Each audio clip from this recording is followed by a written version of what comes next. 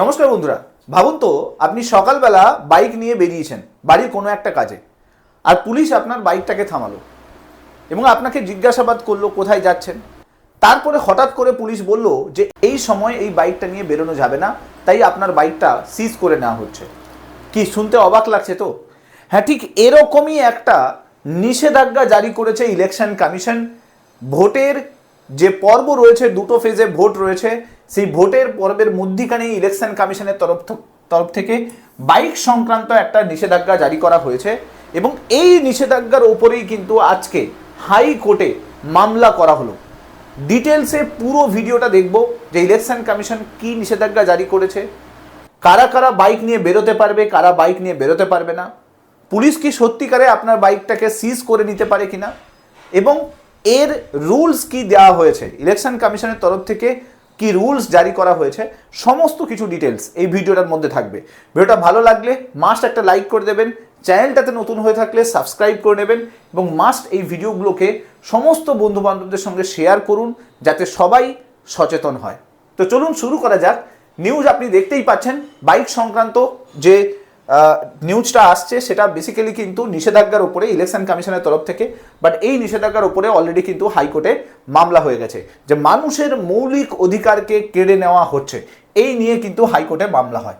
চলুন পুরো ব্যাপারটা বোঝার চেষ্টা করি। দেখুন, নির্বাচন কমিশনের তরফ থেকে বাইক সংক্রান্ত নিষেধাজ্ঞাকে চ্যালেঞ্জ করা হয়েছে, বিচারপতি কৃষ্ণা রাও এজলাসে দৃষ্টি আকর্ষণ করা হয়েছে এবং হাইকোর্টে যেটা বলা হয়েছে যে বাইকের ব্যবহারে নিষেধাজ্ঞায় সমস্যার সম্মুখীন হবে সাধারণ মানুষ থেকে সমস্ত আইনজীবীরাও, এবং এখানে বলা হয়েছে যে মানুষের মৌলিক অধিকারটাকেই নিয়ে নেওয়া হচ্ছে। আগামী 23 এপ্রিল হাইকোর্টের তরফ থেকে বলা হয়েছে যে এই মামলার শুনানি কিন্তু হবে। এবার আসি ইলেকশন কমিশনের তরফ থেকে বাইকের ওপরে কি কি নিষেধাজ্ঞা জারি করা হয়েছে, কোন ক্ষেত্রে ছাড় দেওয়া হয়েছে আর কোন ক্ষেত্রে ছাড় দেওয়া হচ্ছে না।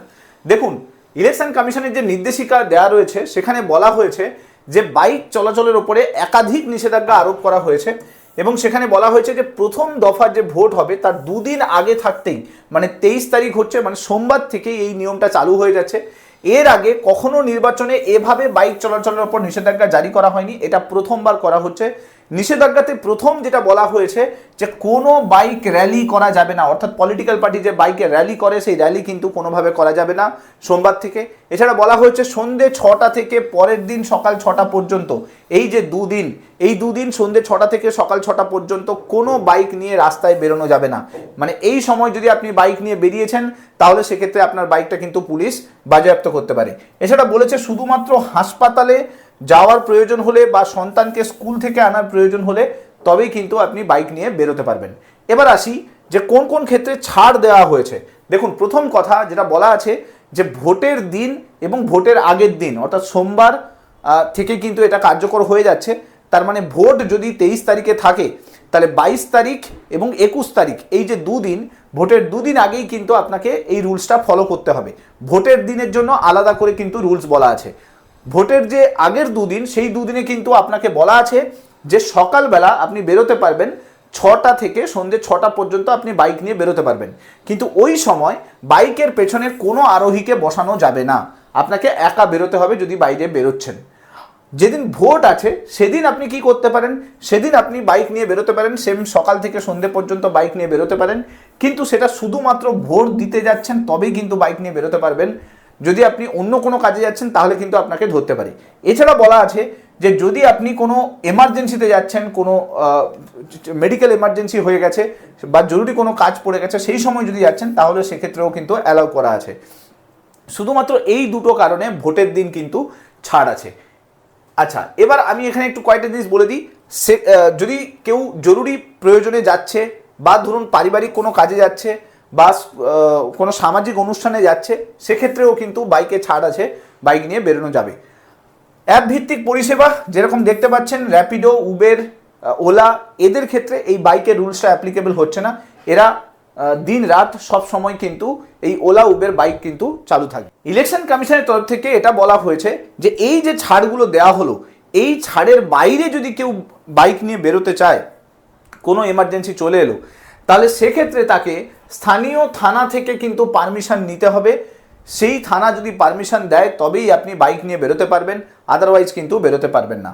ইলেকশন কমিশন বলছে যে অবাধ এবং নির্বাচনের স্বার্থে অর্থাৎ কোনো ভায়োলেন্স যাতে না হয় তার জন্যই কিন্তু এই ধরনের বিধিনিষেধ চালু করা হচ্ছে। নির্বাচন কমিশনের এই ধরনের উদ্যোগ সত্যিকারের কিন্তু গ্রহণযোগ্য একটা উদ্যোগ। আমার মনে হয় যে বাইক নিয়ে বেরোনো ভোটের দিন বা ভোটের দুদিন আগে যেভাবে বাইক র্যালি হয় তাতে প্রচুর পরিমাণে ভোটাররা ইনফ্লুয়েন্স হয় এবং প্রচুর পরিমাণে ভায়োলেন্স হওয়ার চান্স কিন্তু থাকে। আগামী 23শে এপ্রিল আপনি বৃহস্পতিবার দেখতে পাচ্ছেন রাজ্যে প্রথম দফায় 152টা আসনে কিন্তু ভোট হতে চলেছে এবং সেখানে বলা আছে প্রথম দফার ভোটের দুদিন আগে থাকতেই কিন্তু মানে সোমবার থেকেই কিন্তু সমস্ত যে এরিয়াতে ভোট হবে সেই এরিয়াতে কিন্তু এই বাইক সংক্রান্ত নিষেধাজ্ঞা কার্যকর হয়ে যাবে। এছাড়া আপনি যদি দেখেন দ্বিতীয় দফার ভোট যেটা হবে টোটাল 142টা আসনে 29শে এপ্রিল এই ভোটটা হবে।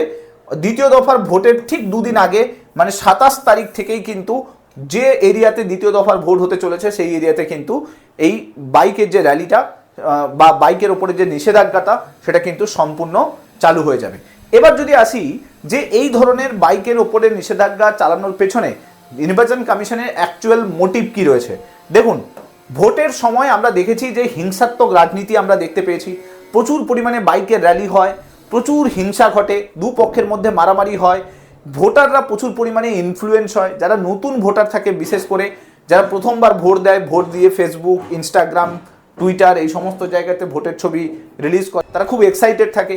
প্রথমবারেই যদি তারা এরকমভাবে ইনফ্লুয়েন্স হয়, তাদেরকে যদি পলিটিক্যাল পার্টি নেতারা গিয়ে বলে এই জায়গায় ভোট দিবি, ওই জায়গায় ভোট দিবি, তো সেখানে কিন্তু ভোটাররা ইনফ্লুয়েন্স হওয়ার চান্স থাকে। তো এই জন্য ইলেকশন কমিশন চাইছে যে একটা সুস্থ অবাধ একটা নির্বাচন যাতে হয়, কারণ এই ধরনের হিংসাত্মক রাজনীতি প্রত্যেক বছর ভোটের সময় পশ্চিমবঙ্গবাসী দেখে এসছে। এইবার যাতে সেটা রিপিট না হয় তার জন্যই কিন্তু ইলেকশন কমিশন এই স্টেপ নিচ্ছে। সো এই যে ইলেকশন কমিশনের তরফ থেকে যে স্টেপ, এই স্টেপ কিন্তু খুবই একটা ভালো উদ্যোগ বলতে পারেন।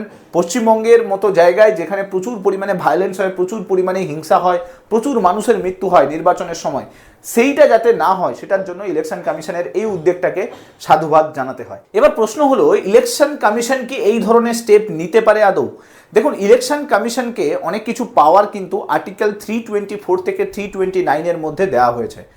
সংবিধানে ইলেকশন কমিশনকে পাওয়ার দেওয়া রয়েছে যে ইলেকশন কমিশন চাইলে অবাধ এবং সুস্থ নির্বাচনের জন্য যে কোনো ধরনের স্টেপ নিতে পারে। তাই এই যে বলা হচ্ছে যে ফান্ডামেন্টাল রাইটস নিয়ে নেওয়া হচ্ছে, মৌলিক অধিকার নিয়ে নেওয়া হচ্ছে এবং হাইকোর্টে যে মামলা হয়েছে, এই মামলা কিন্তু আদৌ চলবে বলে মনে হয় না। কারণ এটা ইলেকশন কমিশনের কাছে প্রপার রুলস আছে, প্রপার অধিকার আছে, প্রপার পাওয়ার আছে বলতে পারেন যে এই ধরনের রুলসকে চাপিয়ে দেওয়া যাতে সুস্থ এবং অবাধ যাতে নির্বাচন হয়। আপনার কি মতামত এই বিষয়ে ডিটেলসে জানাবেন। এরপরে হাইকোর্টে মামলা হচ্ছে, মামলা হওয়ার পরে কি আপডেট আছে নতুন করে সমস্ত কিছু ডিটেলস আমি পরবর্তীকালে ভিডিওর মাধ্যমে নিয়ে আসার চেষ্টা করব। ভিডিওগুলো যদি আপনাদের ভালো লাগছে তাহলে মাস্ট লাইক করে দেবেন, আর চ্যানেলটাতে নতুন হয়ে থাকলে সাবস্ক্রাইব করে নেবেন এবং মাস্ট এই ভিডিওগুলোকে শেয়ার করতে ভুলবেন না।